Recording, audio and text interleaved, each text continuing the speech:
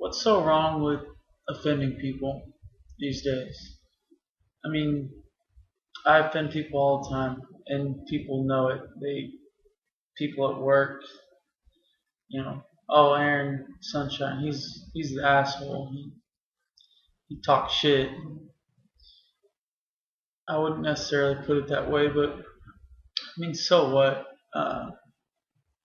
One time I heard that, it's true that saying I'm offended is nothing more than a whine or a complaint.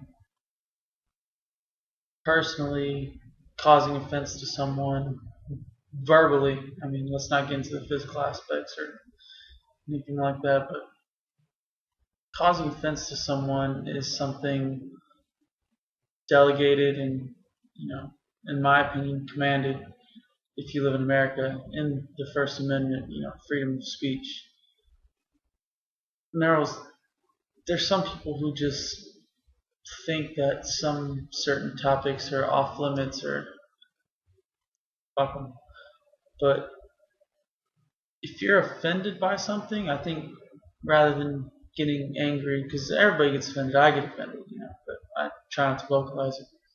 But I ask myself why I'm offended. If I come at your, say religious beliefs and I insult them and I blaspheme, and don't just say, "Oh, that's offensive. I don't want to talk about that." Just why are you offended if you hold these truths as truths? Then you should have no problem, you know, rejecting my claim or denying my argument, even if it's not true.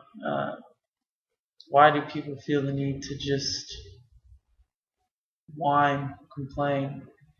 If I tell you you're fat, you know, why are you offended? Oh, it's because you're fat and you really want to be skinny, unless you're one of those fat people who loves the idea of it. But I don't think many people do. So I think rather than just taking offense to something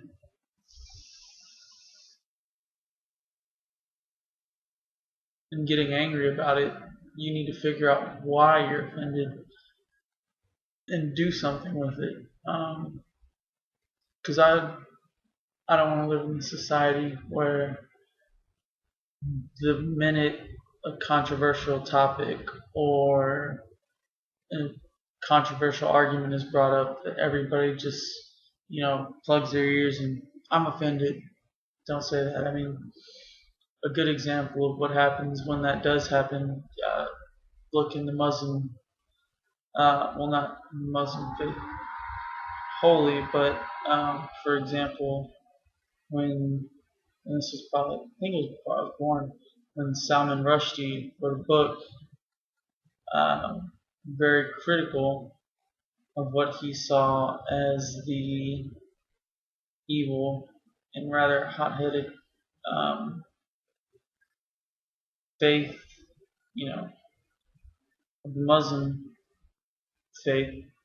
He was threatened, and a price was put on his head for his murder, or to murder him because of how he had um, blasphemed Allah and the faith in general. And which isn't surprising, seeing as that is what that religion preaches and states quite clearly in the text. Rather than, and this coming from the leaders of the country and press and um, Christian, Catholic churches, all the leaders of those factions, rather than condemn the people who are putting a price on his head and the people who are making attempts to carry out that order, they condemned him for writing a book that he knew was going to be offensive, which is moronic. If we lose the freedom of speech, or at least the freedom to criticize, um, we've given up. I mean, finding out what's true and um, growing, up in here, I think comes directly from the criticisms that we receive.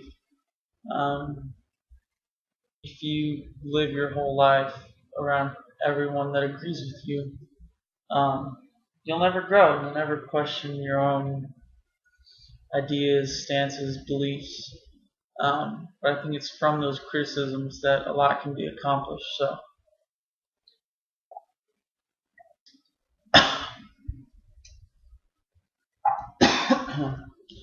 if there's one thing I can get across in this video to the 2 or 3 people that watch it, um, take offense, but understand why you're taking offense, because that is way more important than just um, throwing your hands up and getting angry about it. So, just a real short idea I had.